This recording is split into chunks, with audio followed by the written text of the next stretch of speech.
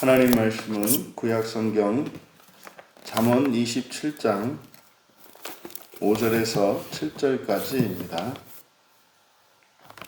우리 같이 한 목소리로 함께 읽겠습니다. 면책은 숨은 사랑보다 나으니라. 친구의 아픈 책망은 충직으로 말미암는 것이나 원수의 잦은 입맞춤은 거짓에서 난 것이니라. 배부른 자는 꿀이라도 싫어하고 줄인 자에게는 쓴 것이라도 다니라. 아멘. 책망의 조건이라는 제목으로 말씀의 은혜를 나누고자 합니다. 우리가 이 세상을 살아가노라면 자신의 지식과 지혜로 또 자신의 경험을 따라 옳고 그름을 분간하며 살아가게 되어 있습니다. 하지만 우리가 완전한 사람들은 아니기 때문에 오류에 빠질 수도 있고 또한 잘못된 지식으로 인해서 실수를 할 수도 있습니다. 그것은 의도적이건 또 무의식적이건 간에 그런 일은 일어날 수가 있죠. 그래서 우리는 누군가로부터 교훈을 얻고 이런 가르침을 얻고 때로는 책망을 받음으로써 오류와 과오 속에서 돌이킬 수 있게 됩니다. 그래서 정말 바른 인생을 살아가는 사람들에게 있어서 책망은 참으로 귀한 것이고 또 그것은 많은 실수를 또 잘못을 이렇게 사전에 예방하고 피해를 최소화할 수 있는 것입니다. 그래서 우리는 사실 이제 이 책망을 받기도 하고 또 책망을 하기도 하면서 살아가게 되는 거죠. 근데 오늘 성경은 이제 그 책망의 조건이 있다는 거죠. 그래서 책망이라고 하는 것, 다시 말해서 다른 사람의 그 잘못을 꾸짖는 것인데 또 그것이 때로는 좀 심한 말이 될 수도 있고 때로는 부드러운 말도 될 수 있겠습니다만은 그 내용에 있어서 사실상 그것이 상대방에게 유익이 되는 이것을 사실 전제로 합니다. 하지만 그 책망이라는 것이 조건이 있다는 거죠. 물론 여기서 책망이라고 할 때 그 책망의 내용은 무엇이겠습니까? 궁극적인 목표인 하나님 나라를 향하여 나아가는 데 있어서 책망입니다. 그러면 5절에서 면책은 숨은 사랑보다 낫다. 그래서 이제 면책이다라고 이렇게 번역을 했습니다만은 이 면책이라고 이제 번역한 의미가 면이라고 하는 것이 갈라, 덮개를 벗긴다라는 거예요. 근데 이게 수동형 강조의 푸활, 그래서 수동 강조형으로 되어 있습니다. 그러니까 드러난 이렇게 된 겁니다. 공개적인 책망이죠. 그러니까 공개적인 책망입니다. 공개적인 책망. 그러니까 사람들 보는 데에서 책망을 하는 겁니다. 그러면 사실 책망을 당하는 사람은 잘못하면 그것이 모욕감을 느낄 수도 있고 또 때로는 그것 때문에 소외될 수도 있습니다. 그러니까 사실은 굉장히 조심해야 하는 거죠. 이런 공개적인 책망이라는 것은. 하지만 그 공개적인 책망이 숨은 사랑보다 낫다. 숨다보다는 여기도 마찬가지로 수동 강조형이 쓰이고 있기 때문에 사타르 이제 감추다의 수동 강조형이니까 이게 감춰진 이렇게 됩니다. 감춰진 사랑.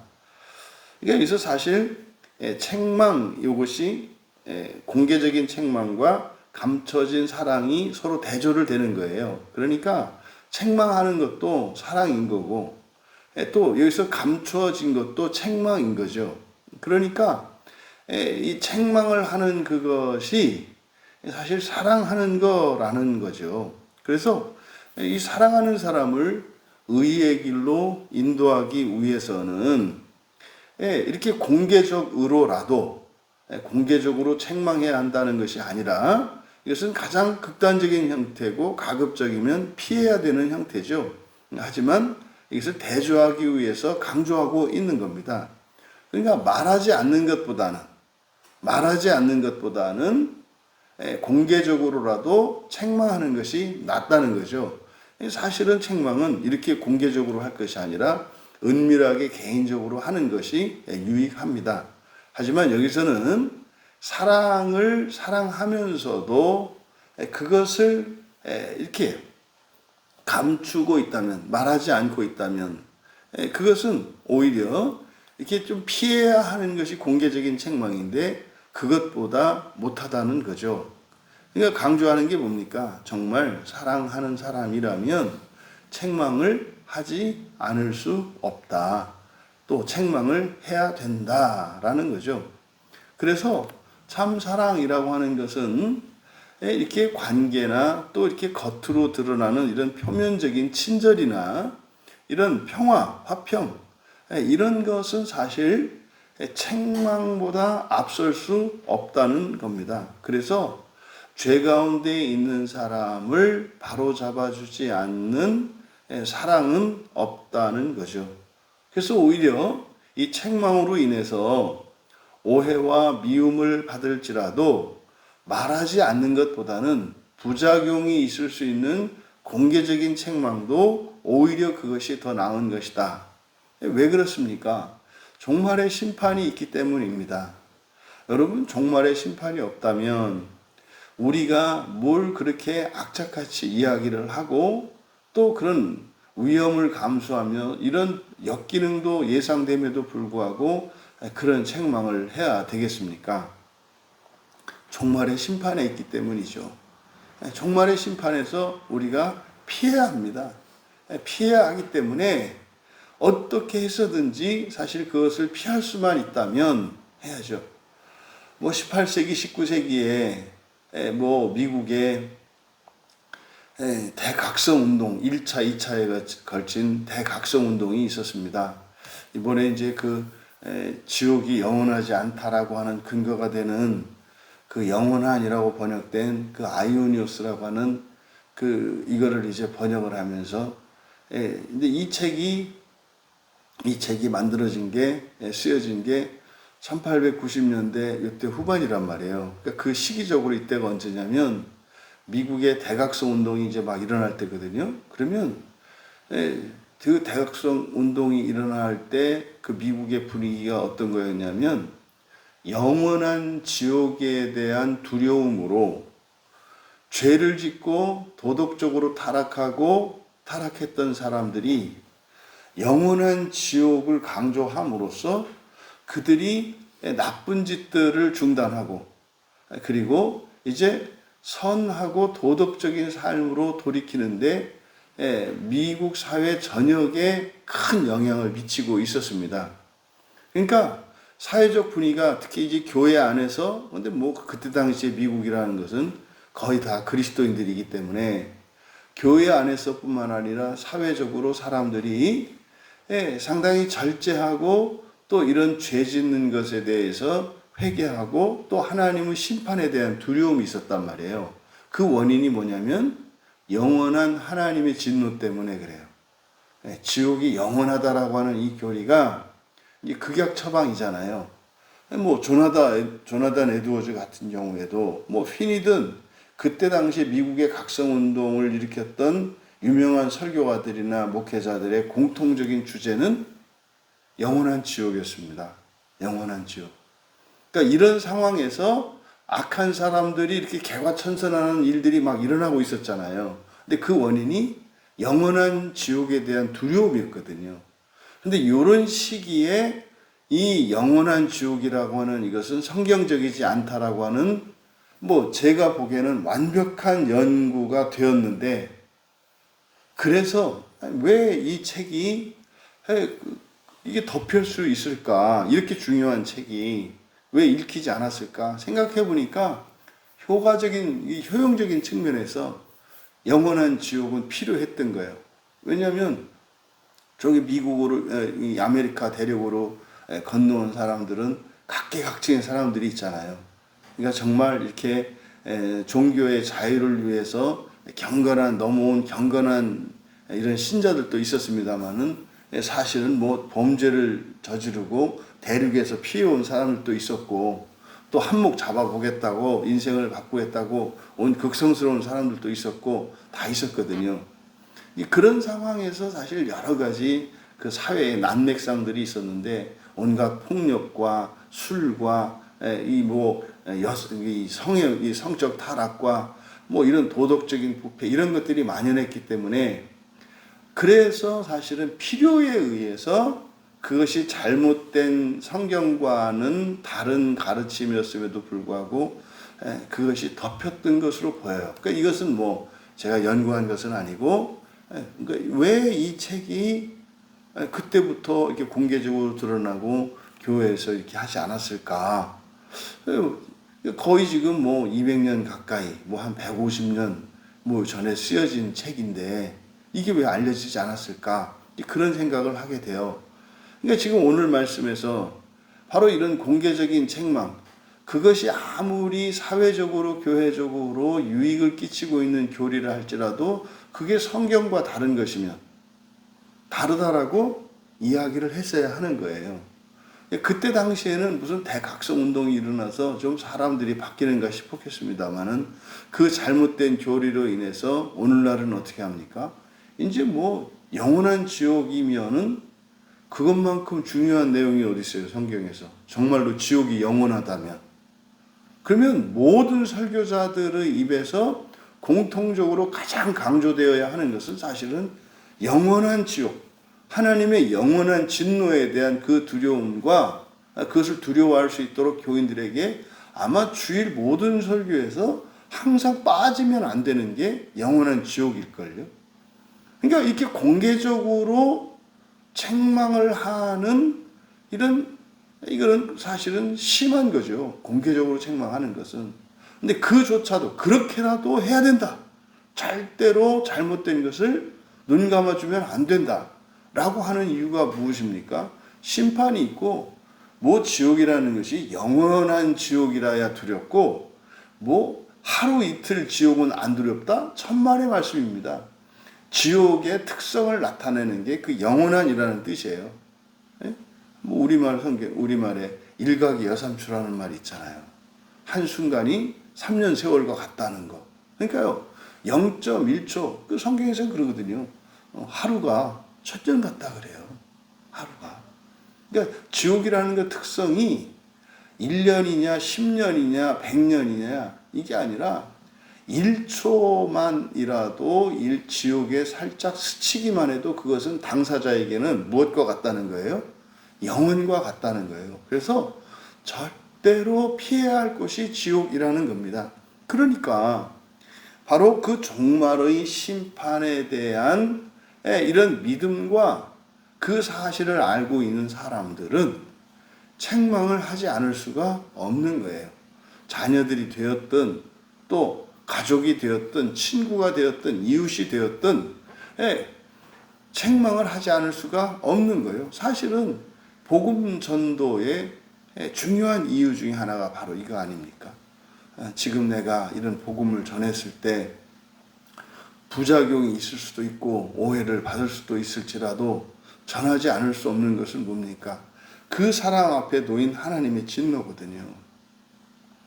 그리스도의 은혜를 입어야 되잖아요. 그러니까 내가 차라리 그 사람에게 일시적으로 뭐 좀 미움을 당한다 할지라도 그 사람이 돌이킬 수 있는 기회를 주는 것은 그 결과가 얼마나 두려운 것인가를 알기 때문입니다.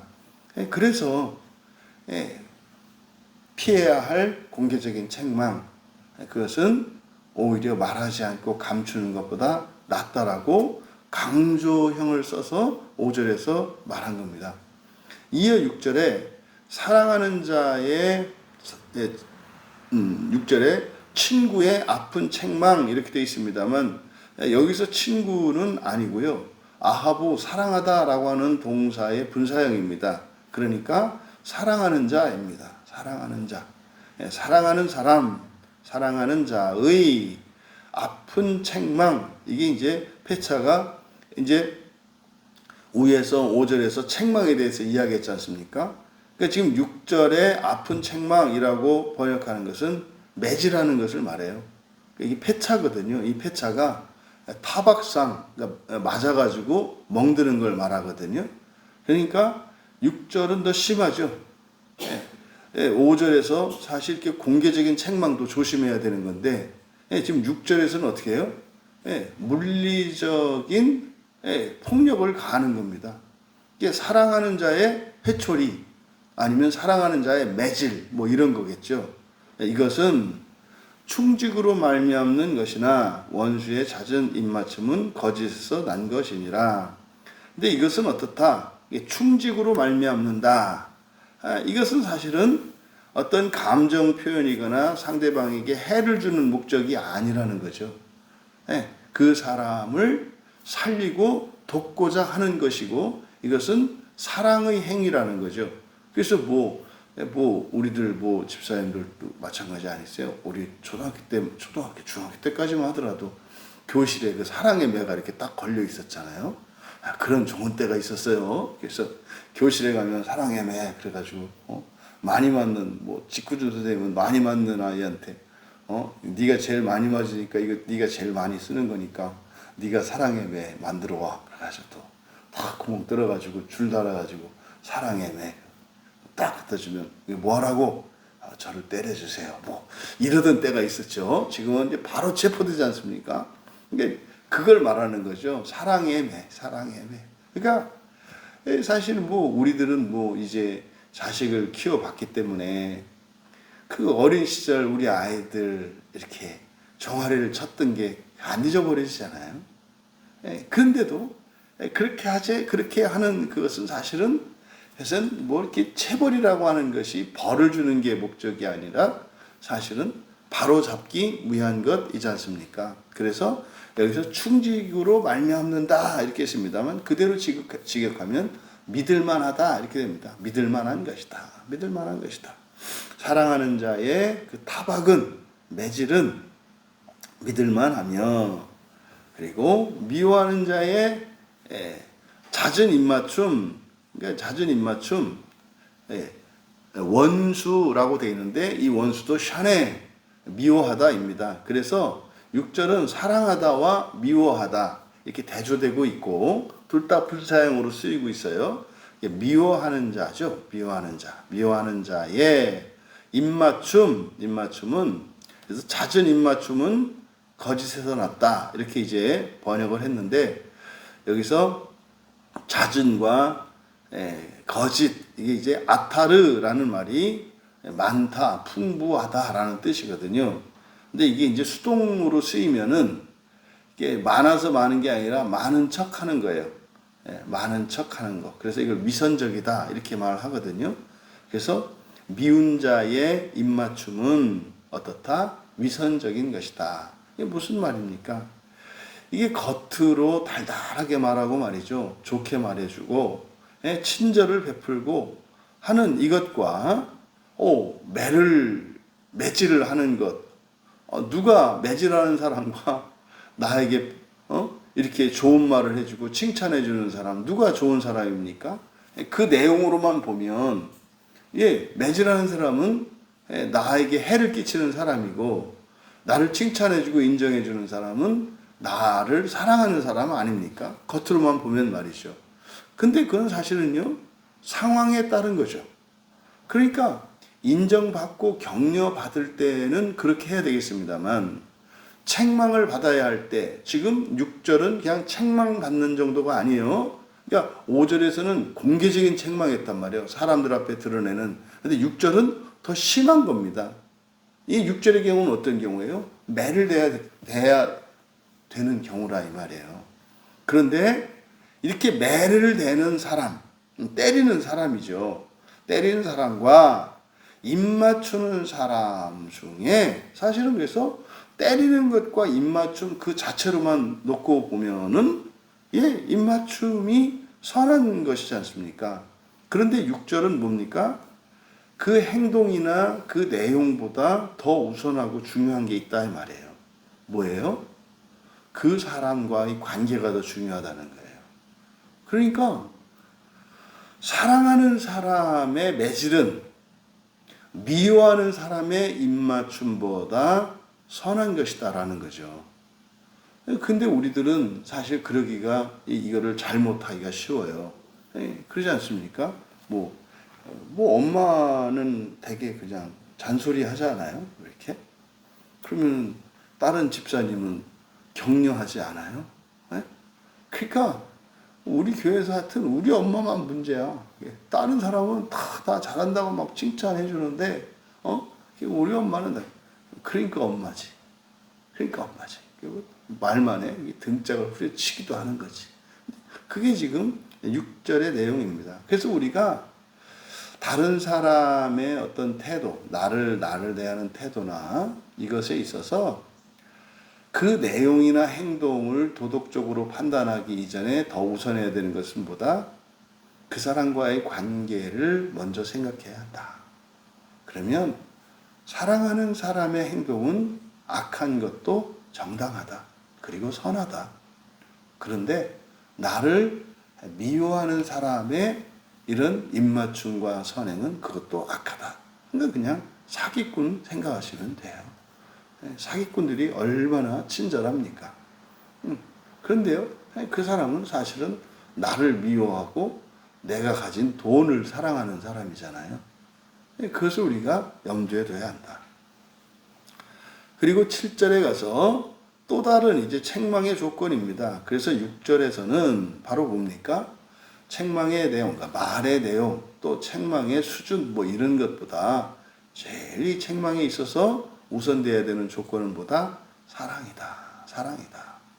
사랑하는 사람이라면 때를 따라서는 이렇게 매를 대는 정도의 심한 이런 책망도 할 것이고, 또 사랑하는 사람이 그렇게 하는 것이라면 그것은 사랑의 표현이고 나를 위한 것이고 선한 것이라는 것, 이것을 이제 기억해야 한다는 거죠.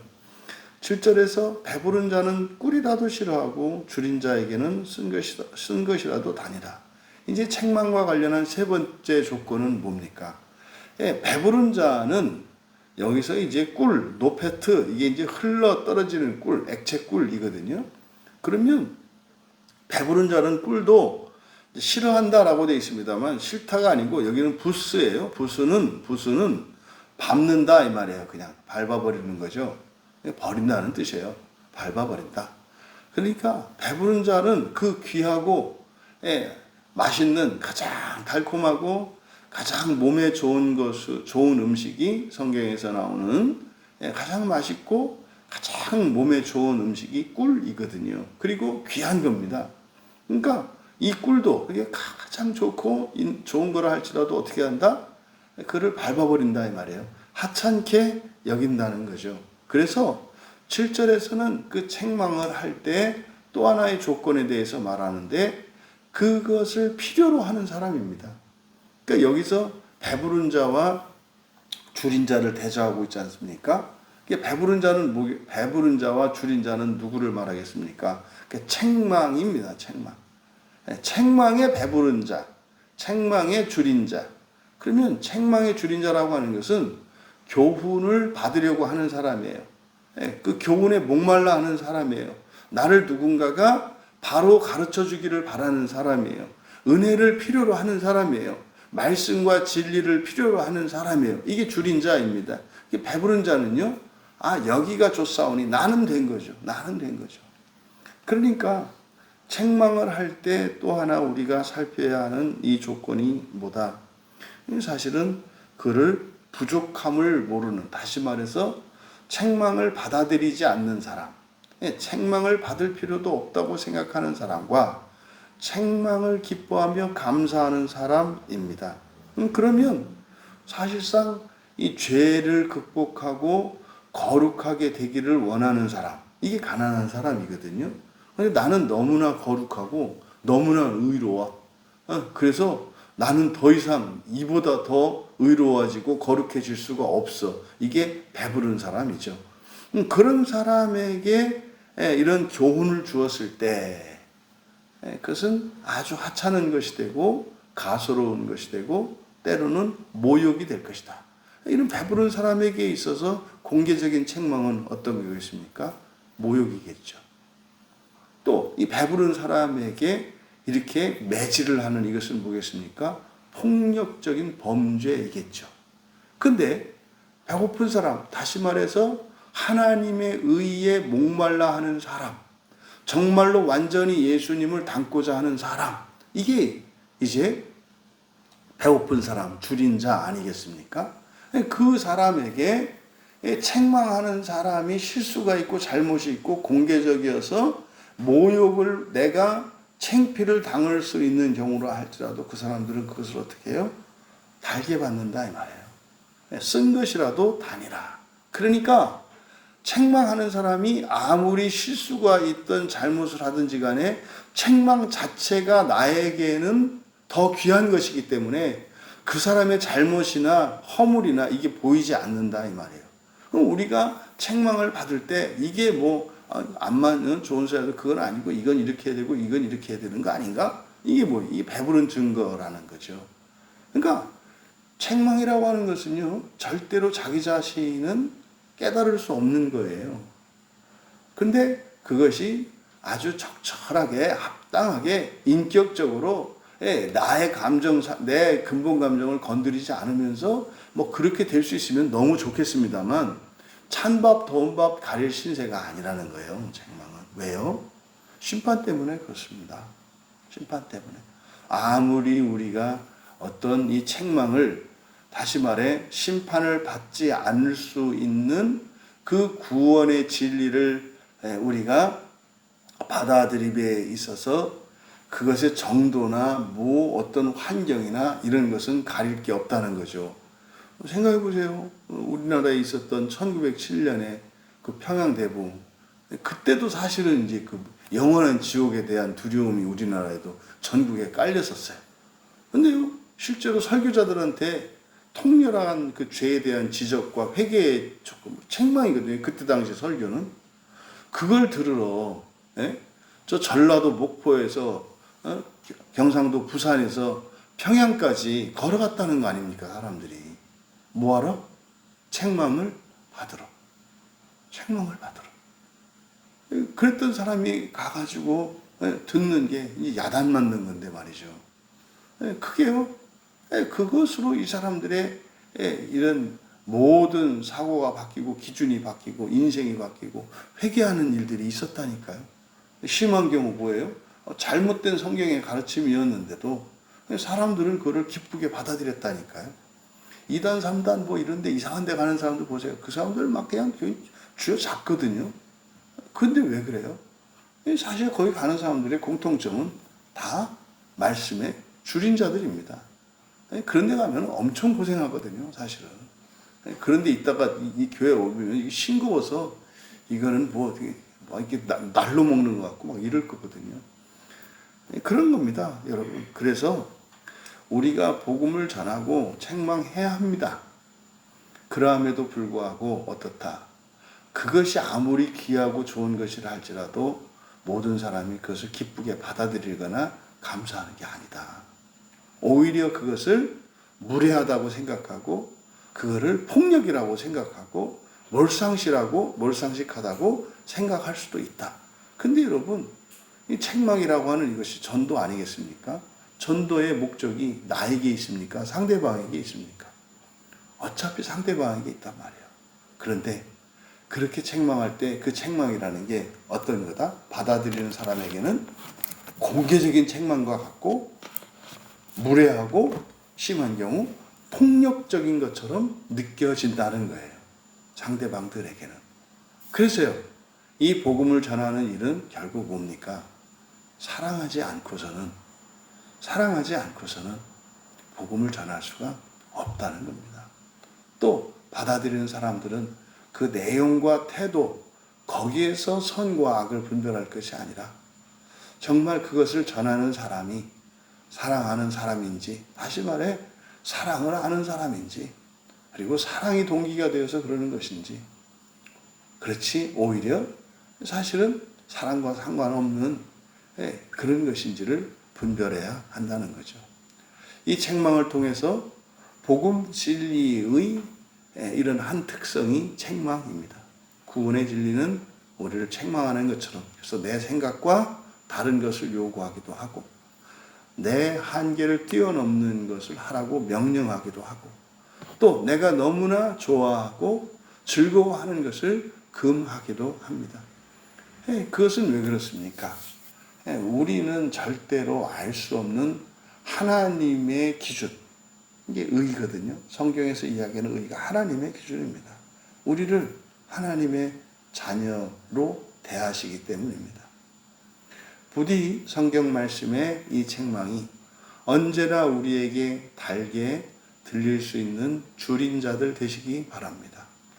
또 이 구원의 진리를 전함에 있어서 사람들로부터 오히려 이렇게 우리에게 오히려 핍박이 오고, 오히려 그것으로 인하여 우리가 고난을 겪을지라도 사랑의 마음으로 그 복음을 전하여 세상 사람들의 심판을 피할 수 있도록 도우며 살아가는 우리 모두 되시기를 주님의 이름으로 축원합니다.